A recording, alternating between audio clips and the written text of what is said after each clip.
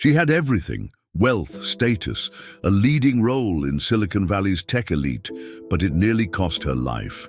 When the pressure became unbearable, she walked away from it all, seeking answers in a remote mountain monastery. What she found in the silence not only changed her future, but revealed a hidden truth about the modern world. The blue light from 3 monitors cast an artificial glow across May Sullivan's face as she stared at the endless stream of notifications flooding her screen. At 34, she had achieved everything society deemed successful. Lead product manager at Silicon Valley's hottest meditation app startup Stillmind, with stock options that could make her a millionaire when they went public. The irony wasn't lost on her. Helping millions find peace through technology while drowning in her own digital chaos. May, we need those user engagement metrics for the board meeting in an hour, came the ping from her CEO. Her nickname, usually a source of warmth from her Japanese mother's heritage, had become just another digital identifier in endless Slack channels and Zoom calls. May's fingers trembled slightly as she reached for her 4th coffee of the day. The tremors had started 3 months ago, around the same time she began waking up at 3 a.m., heart racing, mind spinning with API endpoints and user retention statistics. Her therapist called it high-functioning anxiety. Her acupuncturist mentioned chi stagnation. Her smartwatch simply buzzed with warnings about elevated heart rates and decreased sleep quality. The bitter truth hit her during a virtual meditation session she was conducting for Stillmind's premium users. As she guided 500 people through a digital mindfulness exercise, her own mind was simultaneously monitoring the session's analytics, checking participant drop-off rates, and calculating potential conversion metrics. The very tools she was building to foster connection were deepening her own disconnection. Her mother, Sakura, had noticed the changes during their weekly video calls. "Mei-chan, your light is dimming," she said in her gentle way. "Remember what Obasan used to say, when the heart is cluttered, even the clearest water looks muddy." Her grandmother's wisdom, passed down through generations in their small town outside Kyoto, seemed to belong to another world, one that moved at the pace of seasonal changes rather than software updates. The breaking point came during a company-wide meditation retreat. The irony was palpable. $100,000 sound systems playing artificial rainfall, VR headsets simulating forest environments, and biometric trackers measuring everyone's mindfulness metrics. May sat in the middle of this high-tech spirituality, surrounded by ambient lighting designed to mimic dawn, when her smartphone, smartwatch, tablet, and laptop all started sending notifications simultaneously. In that cacophony of connectivity, she heard something else: silence, real silence, calling from somewhere deep within or far away. She couldn't tell which. It reminded her of the small temple near her grandmother's house, where the only notifications were the gentle ring of prayer bells in the morning wind. That evening, after the retreat, May found herself doing something she hadn't done in years: praying. Not through an app, not guided by an AI meditation coach, but simply sitting in her apartment with all devices turned off, asking for something: direction, peace, a way out of the digital maze she'd helped create. "I need help," she whispered to the darkness. The words felt foreign in her throat, accustomed to technical jargon and management speak. "I need to find my way back to myself." The answer came 3 days later through an unlikely source: a spam email that somehow made it through her filters. Subject line: Ancient Wisdom in Modern Crisis, the Mountain Monastery Digital Detox Program. Usually, her fingers would automatically swipe such emails away, but something, perhaps the same silence she'd heard at the retreat, made her pause. Little did she know that this spam email would begin a journey that would transform not only her life, but the lives of countless others caught in the same digital wilderness. The mountain monastery wasn't what May expected. Located in a remote valley of the Sierra Nevada mountains, it defied the stereotypical image of either a traditional Buddhist temple or a New Age retreat center. Sister Claire, the program director who greeted May at the entrance, wore simple hiking clothes rather than robes, her weathered face showing both wisdom and a hint of mischief. Most people arrive looking for an Instagram-worthy spiritual experience, Sister Claire said, accepting May's collection of devices into a wooden box. They think enlightenment comes with the right filter. Her gentle teasing carried no judgment, only understanding. The monastery operated on what they called sacred simplicity, a philosophy that merged ancient contemplative practices with modern psychological understanding. Founded by Father Thomas, a former Silicon Valley executive turned contemplative monk, it attracted an eclectic mix of burnout cases, tech executives, social media influencers, and digital entrepreneurs, all seeking to reconnect with their humanity. May's cohort included Sarah Chen, a former gaming company's CEO whose panic attacks manifested as phantom phone vibrations, James O'Connor, a cryptocurrency trader who hadn't slept properly in 3 years, and Dr. Rebecca Martinez, a telemedicine physician who'd lost her ability to make eye contact with real patients. But it was Haku, the monastery's elderly groundskeeper, who would become May's unexpected mentor. She found him tending to the monastery's vegetable garden on her second morning, his hands deep in the soil while humming an old Japanese folk song her grandmother used to sing. "Ah, another lost signal searching for connection," he said when she introduced herself, wiping his hands on his worn denim overalls. His accent reminded her of home, of her mother's voice, of something authentic she'd lost along the way. The monastery's daily rhythm was both foreign and oddly familiar to May's product manager mind. Rather than tracking metrics and KPIs, they measured time by the sun's position, the changing shadows on the mountain, and the subtle shifts in the valley's wind patterns. Instead of user engagement analytics, they focused on the engagement of their own hearts through simple tasks: cooking, cleaning, gardening, and sitting in silence. The other residents each carried their own digital wounds. During evening sharing circles, Sarah spoke of dreaming in notification sounds. James described the phantom urge to check cryptocurrency prices during meditation. Dr. Martinez confessed to feeling more comfortable with virtual patients than real ones. In their struggles, May recognized her own. But there was something else too. A growing awareness that their shared addiction to digital connection masked a deeper hunger for something their devices could never provide. "The modern world has confused information with wisdom," Sister Claire observed during one of their guidance sessions. "We think more data means more understanding, but wisdom grows in the spaces between, in silence, in presence, in the courage to be still when everything around us demands movement." These words would echo in May's mind as she began to discover what lay beneath her carefully curated digital identity, in the depths of silence she had once feared. The first cracks in May's digital detox appeared during week 2. Her hands would instinctively reach for a phantom phone every few minutes, finding only empty pockets. During meditation sessions in the monastery's stone-walled chapel, her mind would automatically compose tweets about the experience, then spiral into anxiety about Stillmind's latest app update launch happening without her.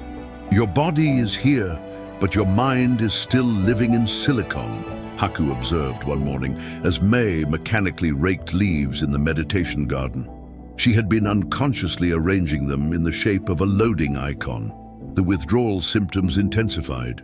At night, May would wake in cold sweats, her dreams filled with endless Slack notifications and crashing servers. During the day, she caught herself trying to control Plaza's real-life mistakes, dropping a bowl in the kitchen, saying the wrong word in conversation. The monastery's emphasis on embracing imperfection clashed violently with her debugger's mindset. The crisis peaked during a rainy afternoon group session. Dr. Martinez was sharing her breakthrough about real human connection when May had a panic attack. "I can't. I need to check. What if everything's falling apart without me? What if we're losing users? What if—" The words tumbled out between gasping breaths. Sister Claire's response surprised everyone. "Then let it fall apart." The simplicity of this statement hit May like a physical force. "But I'm responsible for what?" Sister Claire interrupted gently. "For keeping everyone connected through screens while losing connection to yourself. For measuring everyone else's mindfulness while your own mind races in circles." Tears began flowing as years of accumulated tension surfaced. "I don't know how to exist without being productive," May whispered. "Without being online, I feel invisible." The room fell silent, but not the uncomfortable silence of a dropped Zoom call. This silence felt alive, holding May's pain with understanding. That evening, Haku found May hiding in the garden, trying to calculate how many millions of dollars in user revenue Stillmind might be losing without her input. He sat beside her, pulled out a wrinkled photo, and handed it to her. It showed a younger version of himself in a corporate suit, standing in front of a Tokyo technology corporation. "I was chief technology officer," he said quietly. "Burned out at 45, thought I would die from karoshi. Overwork. Coming here was not an escape. It was a return to what matters." "But how do you handle not being connected anymore?" May asked. "Not being necessary?" Haku smiled, picking up a handful of soil and letting it filter through his fingers. "The most powerful database in existence," he said, "is right here. Billions of years of wisdom stored in each grain. No updates needed, no bugs to fix. Just life teaching us how to live if we have the courage to disconnect from our distractions and pay attention." May stared at her hands, still unconsciously twitching for a keyboard that wasn't there. "I'm afraid," she admitted. "Afraid that if I truly disconnect, I'll discover there's nothing left of me without my digital extensions." "Ah," Haku nodded. "Now you're asking the right query." In the distance, the monastery's bell rang for evening meditation. May felt the sound reverberate not just in her ears, but in the empty spaces where her devices used to be, spaces that increasingly felt less like an absence and more like an opportunity for something new to grow. While May grappled with her digital detox, parallel stories unfolded around her, weaving together into a complex tapestry of modern spiritual seeking. Sarah Chen's journey particularly resonated with her. The former gaming CEO had begun experiencing vivid dreams where her gaming characters begged her to return to their digital world. "They feel more real than real people sometimes," Sarah confessed during their morning kitchen duty. As they chopped vegetables together, Sarah's hands moved with the precise timing of someone used to speed-running virtual quests. "Last night, my most successful game character appeared in my dream, asking why I abandoned her. How messed up is that?" May understood. She'd started having similar dreams about her meditation app's user interface. Dreams where notifications took the form of crying faces, each representing a real person she feared she was letting down. A deeper complexity emerged through Dr. Martinez's story. During a group sharing session, she revealed how telemedicine had slowly eroded her ability to handle physical presence. "I can diagnose through a screen perfectly, but when Sister Claire hugged me yesterday, I literally forgot how to hug back." Her struggle highlighted the subtle ways technology had reshaped not just their behaviors, but their basic human instincts. Meanwhile, May's relationship with her mother evolved in unexpected ways. The monastery allowed one 5-minute phone call per week for emergency purposes. During these brief connections, May found herself listening to her mother's voice in a new way. Not just the words, but the subtle tones and breaths between them. "Your voice sounds different, May-chan," Sakura said during their third weekly call. "Less like a computer, more like the little girl who used to sing to the garden plants." This observation sparked a memory. Young May in her grandmother's garden, before screens had claimed her attention, believing she could communicate with plants through song. She'd forgotten that version of herself existed. The monastery's practical challenges added another layer of complexity. Simple tasks like cooking rice without a timer, writing thoughts with actual pen and paper, or finding her way through the garden paths without GPS forced May to redevelop atrophied natural abilities. One evening, while struggling to light a fire in the community room fireplace, May had an insight. "We've outsourced our basic human capabilities to technology," she said to James, who was equally frustrated trying to stack wood properly. "It's not just digital addiction. We've actually forgotten how to be human." James paused, a log suspended in his hands. "Yesterday, I caught myself trying to mentally calculate Bitcoin prices while watching the sunset. I couldn't just watch the sunset." These interweaving struggles created a supportive ecosystem of recovery. Each person's challenge illuminated aspects of others' journeys, creating a mesh of human connection that proved more powerful than any social network they'd left behind. The turning point arrived unexpectedly during a 3-day power outage caused by an early winter storm. While some residents initially panicked at this forced deeper disconnection, Sister Claire saw it as a divine opportunity. "Sometimes grace looks like inconvenience," she announced by candlelight. Without the monastery's basic electrical amenities, the community was thrust into a state of primitive authenticity. The darkness and cold created an enforced stillness that no guided meditation app could replicate. It was during this blackout that May experienced her breakthrough. On the second night of the outage, unable to sleep due to the cold, May wandered to the monastery's observation point. The lack of artificial light revealed a sky she had never truly seen before, countless stars piercing the darkness with ancient light. As she stood there, shivering but transfixed, Haku silently appeared beside her. "You see those stars?" he asked, pointing upward. "Each one is like a notification light, but instead of demanding our attention, they invite our contemplation. They don't need us to engage with them. They simply are." In that moment, something shifted within May. The vastness above her, the same sky that humans had gazed upon for millennia before smartphones, awakened a dormant part of her consciousness. She began to cry, not the anxious tears of her panic attacks, but deep, cleansing sobs that seemed to come from her very core. "I've been so afraid of missing out," she whispered, "that I've been missing everything." The revelation cascaded through her awareness. Every meditation app she had helped design, every digital solution she had created, had been an attempt to package and sell something that was freely available in this moment, this pure, unfiltered experience of being alive. As if synchronized with her realization, the aurora borealis began to dance across the sky, a natural light show more magnificent than any screen could display. Other residents, drawn by the spectacle, gradually joined them at the observation point.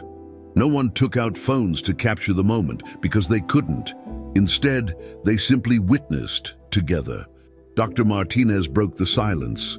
"I just realized I haven't thought about checking my email in 3 days." Sarah added, "I don't remember the last time I felt so present." The group stood in shared wonder, their breath visible in the cold air, their faces illuminated by starlight. We noticed how each person's expression reflected a similar awakening, the recognition that they had been searching through screens for something that could only be found by looking up from them. The next morning, May woke up different. The phantom vibrations had ceased. The compulsive need to check notifications had transformed into a gentle awareness of her immediate surroundings. The sound of wind in the pines, the smell of wood smoke, the texture of her wooden bowl at breakfast. During the morning circle, Sister Claire observed the change in May's demeanor. "You've crossed a threshold," she said. "The question is no longer about what you're missing out there, but what you're discovering in here." She touched her heart. Haku nodded in agreement, adding, "In Japan we have a concept called kintsugi, the art of repairing broken pottery with gold. Your breaking away from digital dependence isn't leaving a void. It's creating space for something more precious to fill the cracks." The immediate aftermath of May's breakthrough manifested in unexpected ways. Her body, long attuned to the rhythms of notification alerts and deadline pressures, began to synchronize with natural cycles. She found herself waking just before dawn, not from anxiety, but with a quiet anticipation for the day ahead. During morning meditation, Sarah noticed the change first. "Your energy is different," she observed. "Less static, more, grounded." The former gaming CEO had become attuned to subtle shifts in others during her own recovery. It's like watching someone's graphics card finally stop overheating. The transformation affected May's relationships within the monastery community in profound ways. Her conversations, no longer compressed into tweet-sized thoughts or filtered through professional jargon, developed a new depth. During community meals, she found herself fully engaged in single conversations rather than mentally multitasking through multiple channels of communication. Her weekly calls with her mother evolved too. "May-chan," Sakura said during their next brief connection, her voice catching with emotion, "You sound like you've found your way home." The simple observation brought tears to both their eyes, but not all reactions were purely positive. James, still struggling with his own digital withdrawals, initially responded to May's transformation with skepticism. "It's just another high," he argued during a garden work session. "Like a dopamine hit from a successful trade, it'll wear off." May's response surprised both of them. "Maybe, but for the first time I'm okay with that possibility. I'm not trying to optimize this experience or scale it. I'm just here." The most significant consequence emerged in May's relationship with technology itself.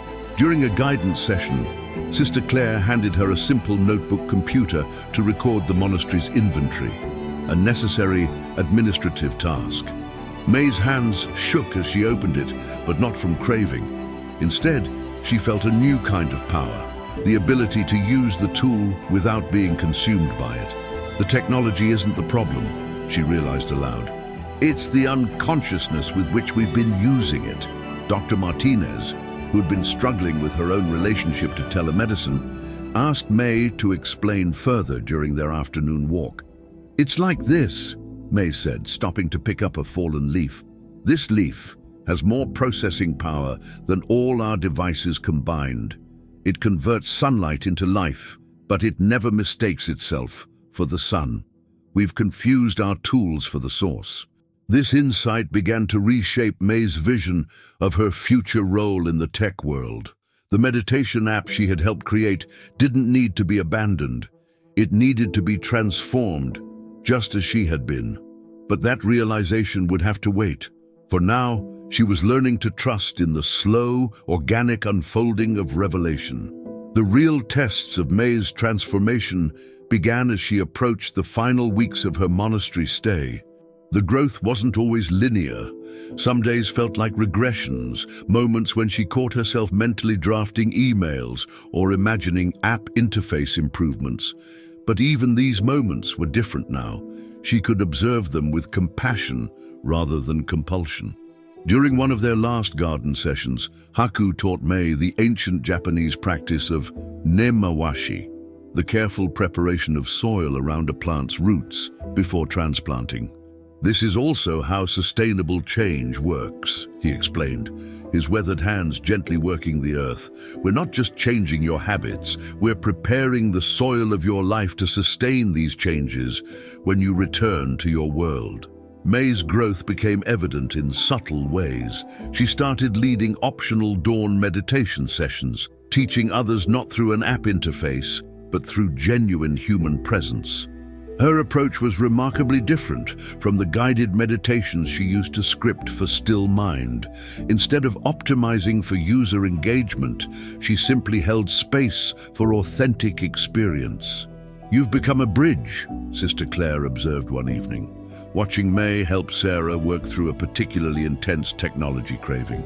"You understand both worlds now, the digital and the divine, and more importantly, you understand they don't have to be in conflict."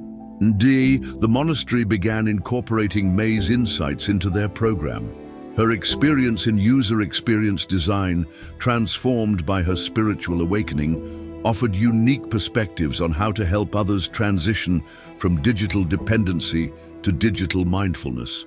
She worked with Sister Claire to develop a framework they called conscious computing, a way of using technology that enhanced rather than replaced human connection. One breakthrough came during a group session where May shared her vision of technology as a tool for awakening rather than escapism. What if, she proposed, we designed our digital lives with the same mindfulness we bring to arranging flowers or tending gardens? What if every notification was an invitation to presence rather than a demand for attention? Dr. Martinez, who had been struggling with how to return to her telemedicine practice, found hope in this perspective. So we don't have to choose between being spiritual and being connected, she asked. The choice, May responded, is not whether to use technology, but how to remain human while using it. This insight led to a collaborative project among the residents. They began documenting their experiences, not for social media validation, but as a resource for others struggling with digital overwhelm. James contributed insights about mindful approaches to financial technology. Sarah explored how gaming principles could be redirected towards spiritual growth. Dr. Martinez developed guidelines for maintaining human connection in virtual healthcare. May's personal growth culminated in an unexpected way. During a particularly challenging group meditation, when several new residents were struggling with withdrawal, she found herself naturally embodying the presence she had once tried to artificially create through her app. Without screens or scripts, she guided the group through their discomfort with an authenticity that no algorithm could replicate. "You've found your true interface," Haku remarked afterward, using tech language with a twinkle in his eye. "The one between suffering and awakening." The most profound indicator of her growth came during a power outage similar to the one that had sparked her initial breakthrough. This time, instead of revelation, she experienced simple contentment. The darkness was no longer a catalyst for transformation. It was just darkness, and she was fully present for it. As May's scheduled departure approached, the monastery began to feel different. Each morning bell, each shared meal, each sunset took on a bittersweet quality of finality. Yet beneath the nostalgia stirred a growing sense of purpose, a clarity about what would come next. During one of their final garden sessions, Haku presented May with a simple flip phone. "For emergencies," he explained, "and for remembering." The basic device represented a middle path, neither total disconnection nor mindless immersion. May held it with reverence, understanding it as a symbol of her transformed relationship with technology. Sarah and Dr. Martinez organized a special evening gathering for May's last week. Each resident shared how her journey had influenced their own. James spoke about how watching her transformation had helped him reimagine his relationship with financial technology. "You showed me that we can be innovative without losing our humanity," he said. Sister Claire began preparing May for re-entry into the tech world through a series of intensive one-on-one sessions. They worked together to develop practical strategies for maintaining spiritual awareness in a digital environment. "Your challenge," Sister Claire explained, "will be to stay awake in a world designed for sleepwalking." A crucial moment came when May received an email from Stillmind's board of directors on the monastery's single shared computer. They had heard about her transformation through her weekly check-ins and were interested in her new perspective on mindful technology. Rather than feeling anxious about the professional implications, May felt a deep sense of readiness. "You're not just returning to your old life," Sister Claire observed. "You're being called to transform it." The monastery community began helping May prepare for what they called her mindful reintegration. Dr. Martinez shared techniques for maintaining physical presence during video calls. Sarah offered insights about creating healthy boundaries around digital engagement. Even James contributed strategies for staying grounded in high-pressure tech environments.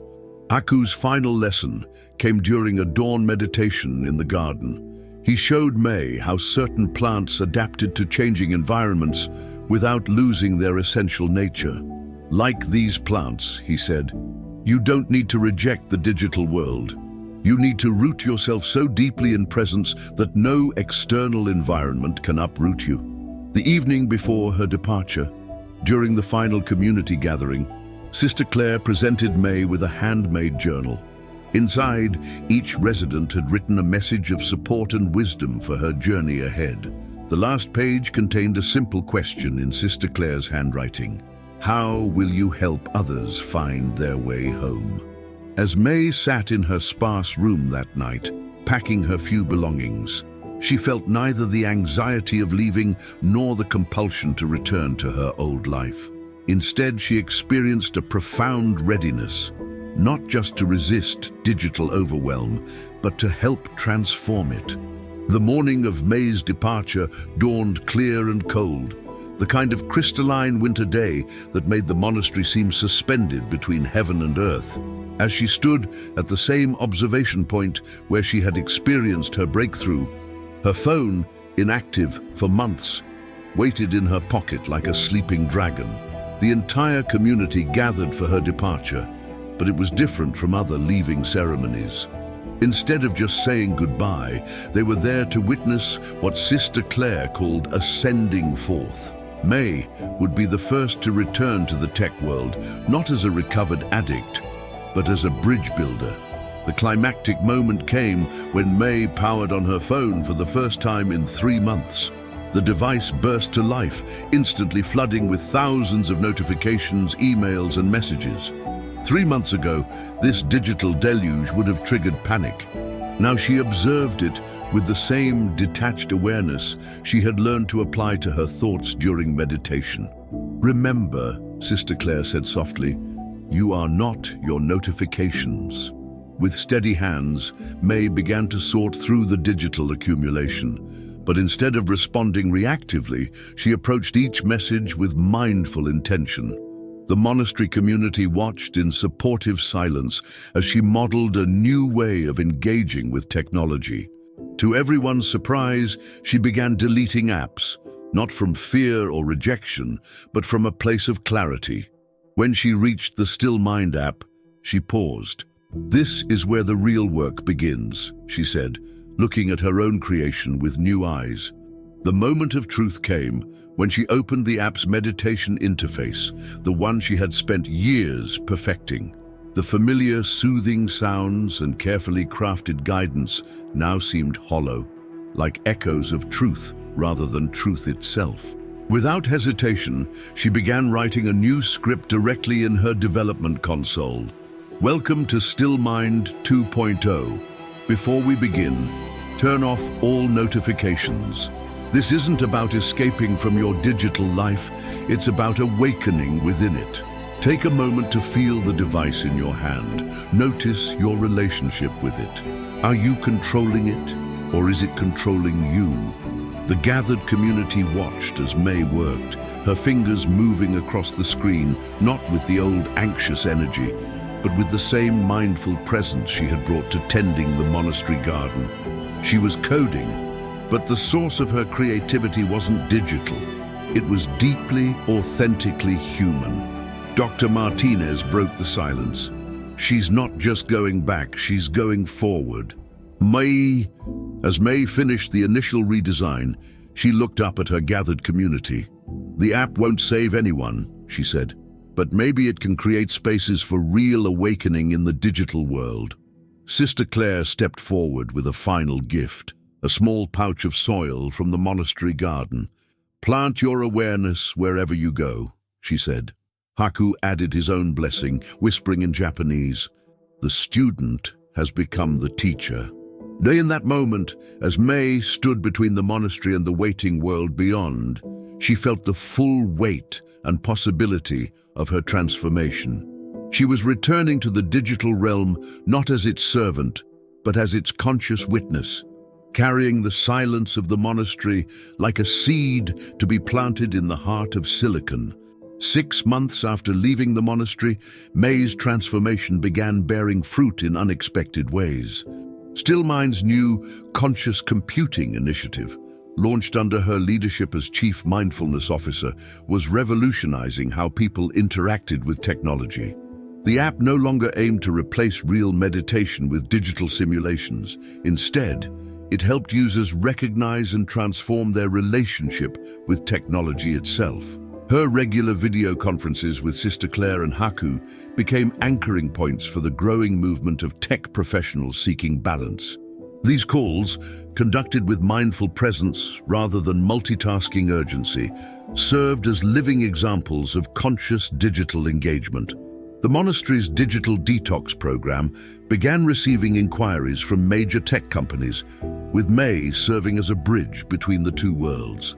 She helped establish mindful tech pods in various corporations, spaces where employees could practice presence in the midst of digital intensity. During a keynote speech at a major tech conference, May demonstrated the power of presence by beginning with 3 minutes of complete silence. The audience, initially uncomfortable, gradually settled into a shared experience of genuine connection.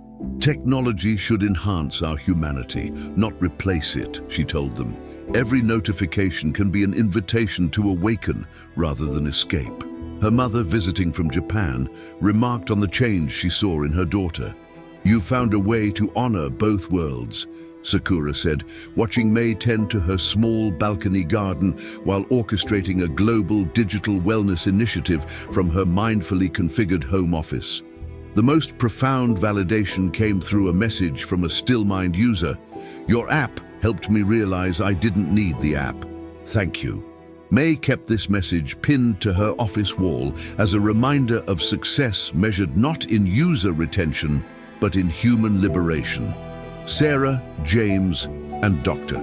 Martinez remained connected through a weekly virtual meditation group, their digital gathering infused with the authentic presence they had learned at the monastery. Their interactions proved that technology, approached mindfully, could indeed support genuine human connection. As May wrote in her journal one evening, watching the sunset from her apartment, while her devices rested silently in their designated space, "The true power of technology lies not in its ability to connect us to the internet, but in its potential to remind us of our need to connect with ourselves." Today, the Mountain Monastery's garden includes a small tech meditation space designed by May, where visitors learn to bring mindfulness to their digital lives. The space features a simple stone engraved with the words, "Between the click and the screen, there is space to awaken." May still visits quarterly, now leading sessions on mindful technology use. Her grandmother's wisdom about clear water and cluttered hearts has found new relevance in the digital age.